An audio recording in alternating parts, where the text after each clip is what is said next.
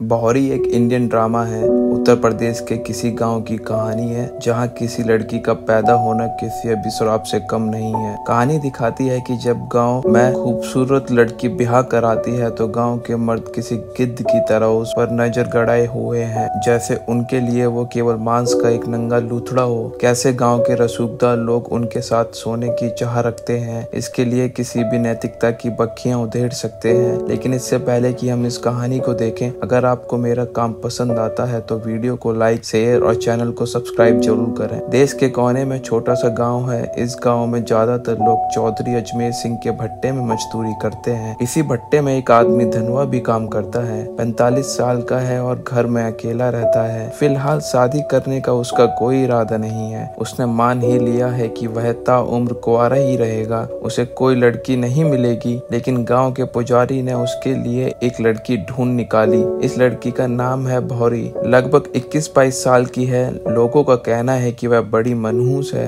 आज तक 3 बार उसकी शादी तय हो चुकी है। एक तो मंडप में ही हार्ट अटैक से मर गया, दूसरा रिश्ता होने के बाद शादी तक भी नहीं जी सका और तीसरा सबसे बदनसीब था, शादी के दिन घोड़ी से गिरकर मर गया।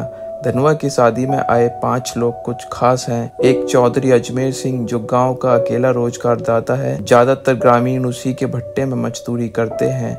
इस भट्टे का मैनेजर सोरन भी अपने आप में खास है। हालांकि वह मजदूरों में से ही एक है, लेकिन अब चौधरी का खास आदमी है और मजदूरों का शोषण करने में सबसे आगे है। एक आस्तीन का सांप गांव का पंडित भी है, जो धर्म के नाम पर कई घिनौने कांड किया करता है। उसके हर कर्म कांड जैसे ग्रामीणों के शोषण के लिए बने हो। अगर वह लोगों से पैसे ना ठग सका तो महिलाओं की आबरू ठग लेता है। गांव में दुकान चलाने वाला लाला भी दूध का धुला नहीं है।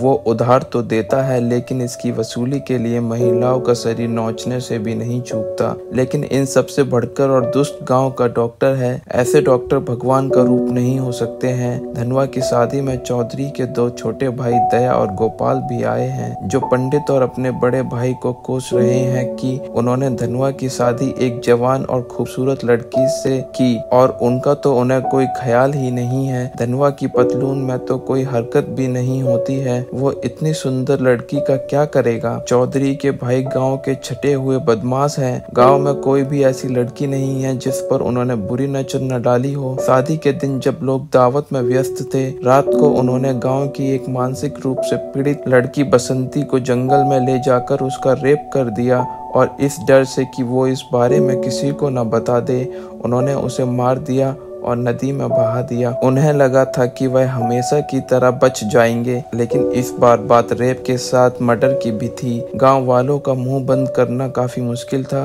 और इंस्पेक्टर की भी चौधरी से नहीं बनती थी। इससे उसकी पहले की रंजिश मालूम पड़ती है।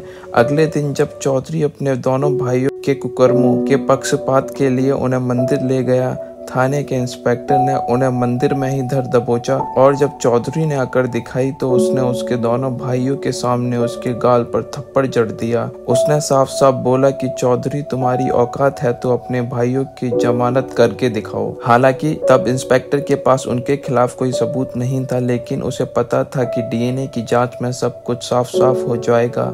इंस्पेक्टर ने दोनों को थाने में इतना पीटा कि उन्होंने सारी बात साफ साफ बता दी। चौधरी ने जमानत के लिए शहर के वकील से एडवाइस ली, लेकिन उन्होंने बताया कि इंस्पेक्टर ने उनके दोनों भाइयों पर ऐसी ऐसी धाराएं लगाई हैं कि उनकी जमानत बहुत ही मुश्किल है। लेकिन एक काम हो सकता है, जज से सेटिंग कुछ उपाय निकाल सकती है, पर इसमें बहुत पैसे लगेंगे। चौधरी के पास फिलहाल पैसे नहीं थे, लेकिन उसे पंडित ने एक आइडिया दिया कि क्यों ना वो भट्टे के मजदूरों की मजदूरी में से पैसे काट ले। पैसे का जुगाड़ आसानी से हो जाएगा। तब भट्टे में करीब 300 मजदूर काम करते थे। अगर सारे मजदूरों की आधी कमाई काट ली जाए तो रिश्वत देने के पूरे पैसे हो जाएंगे। गांव के मजदूर मजबूरी में काम छोड़ भी नहीं सकते थे, क्योंकि यहाँ काम करने के लिए कोई दूसरा भट्टा है भी नहीं और अगर कोई मजदूर विरोध करे तो फिर सोरन किस बात के लिए है। उसकी गुंडाई कब काम आएगी। मजदूरी आदि होने से सारे मजदूरों का जीना हराम हो गया है। इनमें धनवा भी है। विरोध करने पर उसे उल्टी सीधी बात सुनने को मिलती है। सोरेन उसे ज्यादा पैसे के लिए अपनी नई नई पत्नी उसके पास भेजने की बात करता है। दूसरी तरफ लाला उधार सामान देने के बदले भौरी का फायदा उठाना चाहता है। जब चौधरी से मजदूरी के बकाए पैसे मांगता है तो उसे उसकी अश्लील गालियां सुननी पड़ती हैं। मजदूरी आदि होने से सच में मजदूरों की हालत बड़ी खराब है। धनवा अकेला नहीं है। धनवा के साथ मजदूरी करने वाले एक मजदूर बुधवा का बेटा बीमार है। दवा खरीदने तक के पैसे उनके पास नहीं है। ऐसे में बुधवा की पत्नी मानती को अपने बेटे के इलाज की खातिर डॉक्टर के साथ सोकर दवा का बिल भरना पड़ता है। जब इस बारे में भवरी धनवा को बताती है, वह कहता है कि यही गरीब की किस्मत है, मजबूरी में ऐसा काम करना ही पड़ता है, इसमें उसकी कोई गलती नहीं है। अगले दिन जब धनवा चौधरी से अपने बकाए की मजदूरी मांगने जाता है तो चौधरी कहता है कि वह अपनी पत्नी को उसके पास भेज दे, उसे ये मजदूरी यूं ही मिल जाएगी। तब धनवा पलटकर कहता है कि वो अपनी 7 दिन की मजदूरी छोड़ने के लिए तैयार है, क्यों ना वो अपनी पत्नी को उसके पास भेज दे। इस बात पर चौधरी इतना भड़क जाता है कि सोरेन और अपने चेलों से उसे बुरी तरह पिटवाता है। भले ही पिटाई से धनवा की जान तो नहीं गई, लेकिन उसकी हालत गंभीर है। डॉक्टर उसकी मरहम पट्टी करता है, लेकिन जांच के नाम पर वह बड़ा बिल थमा देता है। वह इस उम्मीद में है कि वह मालती की तरह भवरी का भी फायदा उठा सकता है, पर यहाँ उसकी दाल नहीं गलती। भवरी ने घर में पड़े अनाज को बेचकर उसका सारा पैसा चुका दिया। लोग कहते हैं कि भवरी मनुष्य है, इसलिए धनवा की ये हालत हुई है। कोई भी जो उससे रिश्ता रखता है उस पर अकाल मृत्यु के बादल मंडराने लगते हैं। भवरी को भी अब ऐसा सच लगने लगा है। वो एक दिन मंदिर जाती है ताकि वो पंडित जी से इसका कोई उपाय सूझ सके। तो पंडित उसे विधि बताता है, जिसे पूरा करने के लिए उसे अकेले रात को मंदिर आना होगा। तपस्या कठिन है। वह पहले जान ले कि उसे केवल एक वस्त्र पहनकर उसके पास आना होगा। जब भौरी इस विधि के बारे में अपने पति धनवा को बताती है, तब वह कहता है कि बीमारी अगर पूजा करने से ठीक हो जाती तो डॉक्टर के बजाय पुजारी इलाज किया करते। वह जानता है कि पुजारी के मन में क्या चल रहा है। वह कहता है कि वह खुद ही ठीक हो जाएगा, उसे किसी फालतू चक्कर में पड़ने की जरूरत नहीं है। उस रात पुजारी काफी देर तक भवरी का इंतजार करता है, पर वह मंदिर नहीं आती है। इस बात पर लाला पंडित का बड़ा मजाक बनाता है, पर सोरेन कहता है कि उसने धनवा को काम से इसलिए निकाला था कि वह मजबूर होकर अपनी पत्नी को मेरे पास भेज सके। लेकिन लाला, तुमने उसका अनाज खरीद कर उसे पैसे दे दिए, जिससे उसने डॉक्टर का बिल भी भर दिया और पुजारी के पास भी नहीं आई। सारे किए कराए पर पानी फेर दिया। लाला कहता है कि गलती उसकी नहीं है, गलती डॉक्टर की है। अगर वह धनवा का इलाज करने के बजाय उसे ऐसी दवाई देता जिससे उसकी मौत हो जाती तो भवरी के साथ मौज कर रहे होते। तभी डॉक्टर कहता है कि उसके पास एक उपाय है, बस देखते जाओ वो क्या करता है। अगले दिन डॉक्टर चौधरी की मदद से पंचायत बुलाता है और पूरे गांव के सामने घोषणा करता है कि गांव में एक आफत आने वाली है, एक महामारी फैलने वाली है। उसके हाथ में एक मेडिकल रिपोर्ट है। डॉक्टर कहता है कि यह मेडिकल रिपोर्ट धनवा की है, उसे एड्स की बीमारी है। गांव वालों को कुछ समझ में नहीं आ रहा है कि कौन सी बीमारी है, पर सुनने में खतरनाक मालूम पड़ती है। उन्हें कोई आइडिया नहीं है कि यह कैसे फैलती है, इसका कारण क्या है। ये रिपोर्ट कितनी सच है यह डॉक्टर ही जानता है। डॉक्टर चौधरी से कहता है कि धनवा को गांव से बाहर निकालना होगा, नहीं तो संक्रमण से सभी लोग मारे जाएंगे, पूरा गांव शमशान बन जाएगा। यह गांव अनपढ़ और जाहिलों से भरा है। सभी लोग धनवा से नाता तोड़ देते हैं और उसे आउटकास्ट कर देते हैं। बेचारे धनवा को गांव के बाहर झोपड़ी बनाकर रहना पड़ता है। धनवा अपने साथ भवरी को नहीं रखता, उसने उसे भी दूर कर दिया, कहीं यह बीमारी उसे भी न लग जाए। वैसे भी उससे तेज खांसी है। गांव के बाहर रहते हुए धनवा कोई काम नहीं कर सकता है, लेकिन जिंदा रहने के लिए खाना तो पड़ेगा ही, इसीलिए अब भौरी को काम करना पड़ता है। लेकिन यहाँ उसके शरीर पर गिद्ध की तरह जालिमों की नजर गड़ी हुई है। बदन का एक हिस्सा भी किसी तरह दिख जाए। एक लड़का मजदूरों पर डॉक्यूमेंट्री स्टार्ट करने मुंबई से आता है।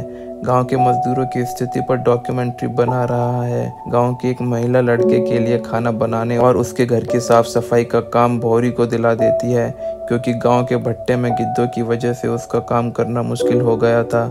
मुंबई से आया लड़का जवान था और उसकी देख रेख करते करते भौरी के मन में उसकी चाहत बढ़ जाती है। और जब लड़के की शूटिंग पूरी हो जाती है, जाने से पहले तेज बारिश हो रही है, उसे उसके घर तक छोड़ने के दौरान वे दोनों भाग जाते हैं और रास्ते में ही एक दूसरे से प्यार करते हैं। उन्हें लगता है कि रात के अंधेरे में उन्हें प्यार करते किसी ने नहीं देखा होगा, लेकिन भट्टे के मैनेजर सोरेन का एक लड़का उन्हें एक दूसरे के साथ देख लेता है। उसी रात वो इस बारे में गांव के 5 दोस्तों को बता देता है। 5 इस बात से भौंकलाए हैं कि भवरी ने उनके बजाय उस शहरी लड़के को चुन लिया। इसीलिए अगले दिन पूरे गांव के सामने उस लड़के की बुरी तरह पिटाई करवाते हैं और गांव की नाक कटवाने के आरोप में भवरी पर पंचायत बैठाते हैं। इस पूरे तमाशे के बाद तो धनवा ने भी भवरी का साथ छोड़ दिया, क्योंकि उसने उसे धोखा दिया है, उसने एडल्ट्री की है। अब इस गांव में भवरी का जीना मुश्किल हो गया है। ना उसके पास कोई काम है और ना ही अपने पति धनवा का साथ। वह पूरे गांव में बेचारी अकेली पड़ गई है। कुछ दिनों तक गांव में कष्ट झेलने के बाद वह तय करती है कि अब वह वही करेगी जो लोग उससे चाहते हैं। उसने चौधरी और उसके सारे चमचों को संदेश भिजवा दिया कि वो उनके साथ सोने के लिए तैयार है, पर इसके लिए वह दूसरी लड़कियों के मुकाबले 7 गुना अधिक रकम लेगी। ऊंची कीमत सुनकर शुरू में 5 में से कोई भी उसके पास न जाने का दिखावा करता है, लेकिन उसी रात 5 एक के बाद एक भवरी के घर पहुंच जाते हैं। लेकिन आज उनमें से केवल एक भवरी के बिजनेस को उद्घाटन कर सकता है। जो सबसे ऊंची कीमत लगाएगा वही फीता काटेगा। यहाँ सबसे ज्यादा पैसे लाला लेकर आया है, यानी भवरी के साथ पहली रात लाला के नाम होगी। उस रात वो भवरी के साथ खूब मौज करता है। गांव में सभी भवरी के दीवाने थे, इसलिए जब लोगों को पता चला कि भवरी ने प्रोस्टिट्यूशन का काम शुरू कर दिया है, वे 7 गुना अधिक पैसे में भी उसके साथ सोने के लिए जुगत बढ़ाने लगे। डॉक्टर से लेकर पुजारी और पुजारी से लेकर मजदूरों तक ने भी भवरी का स्वाद अच्छे से चख लिया। सब ने मौका मिलते ही भवरी का भोग लगा लिया। धनवा सब जानते हुए भी गाँव के बाहर रहने को मजबूर था। इधर वकील ने चौधरी को कहा था कि वह पैसे का बंदोबस्त टाइम से कर ले, वह जज से सेटलमेंट करा देगा। लेकिन पैसे देने के बाद जब ये लग ही रहा था कि उसके भाइयों की जमानत हो जाएगी, जज का तबादला हो जाता है और उसके सारे पैसे डूब जाते हैं। तब वकील कहता है कि उसके पास अभी भी एक उपाय है। वह कहता है कि वह बसंती की दादी से सेटलमेंट करा के केस को वापस करा सकता है। चौधरी उसकी दादी के पास जाता है, तब वह बतलाती है कि जिस लड़की का उसके भाइयों ने रेप करके हत्या कर दी वो उसकी खुद की औलाद है। बसंती चौधरी की बेटी थी। बुढ़िया की बहू जब जिंदा थी उसके चौधरी के साथ अवैध संबंध थे, उसी से वो गर्भवती हुई थी। जब चौधरी को यह बात पता चलती है कि बसंती उसकी खुद की बेटी थी, वो अंदर से जैसे मर जाता है। उसने एक संतान की आस में अपनी जवानी निकाल दी थी। बसंती भले ही मानसिक तौर पर बीमार थी, पर आखिर उसी की बेटी थी। सच्चाई के बाद वह बड़ा ही गुमसुम रहने लगा। वह किसी से कुछ बात नहीं करता था, हर वक्त कुछ न कुछ सोचता रहता। एक दिन दिमागी तनाव से उसकी मौत हो गई। किसी को यह समझ नहीं आया कि चौधरी को अचानक क्या हो गया था, लेकिन उसके मरने के बाद भी गांव में वही दस्तूर जारी रहा जिसे चौधरी ने अपने जीते जी पीछे छोड़ा था। डॉक्टर की बेटी कुछ दिनों से बीमार है और अलग अलग तरह की दवाई ट्राई करने पर भी उसकी बीमारी बढ़ती जा रही है। हमेशा बुखार रहता है। जब वह उसका ब्लड सैंपल शहर भेजता है तो उसे खबर मिलती है कि उसकी बेटी को एड्स है। यह कैसे हो सकता है? वह अपनी बेटी को मारता है, पीटता है और पूछता है कि उसने किसके साथ मुंह काला किया है। तब वह बतलाती है कि क्लिनिक में उसके असिस्टेंट मन्नू से उसका अफेयर था। जब डॉक्टर असिस्टेंट की कुटाई करता है कि वो और किस किस के साथ सोता आया है, तो वह बताता है कि वह भवरी के पास जाया करता था, यानी उसे ये बीमारी भवरी से मिली है। मन्नू के मुंह से भवरी का नाम सुनते ही डॉक्टर के चेहरे से रंगत उड़ जाती है, क्योंकि उसने भी भौरी के साथ कई बार मौज की थी। इसका मतलब यह है कि गांव के दूसरे मर्द भी, लाला, पंडित, सोरेन और हर वो आदमी जो भौरी के साथ सो चुका है, इस बीमारी की चपेट में है। डॉक्टर जानता है कि एड्स का इलाज नहीं हो सकता है। कुछ समय बाद वह भी बीमार पड़ेगा और उसकी भी मौत हो जाएगी। जैसे जैसे समय बीत रहा है, गांव में अचानक मौतों की संख्या बढ़ती जा रही है।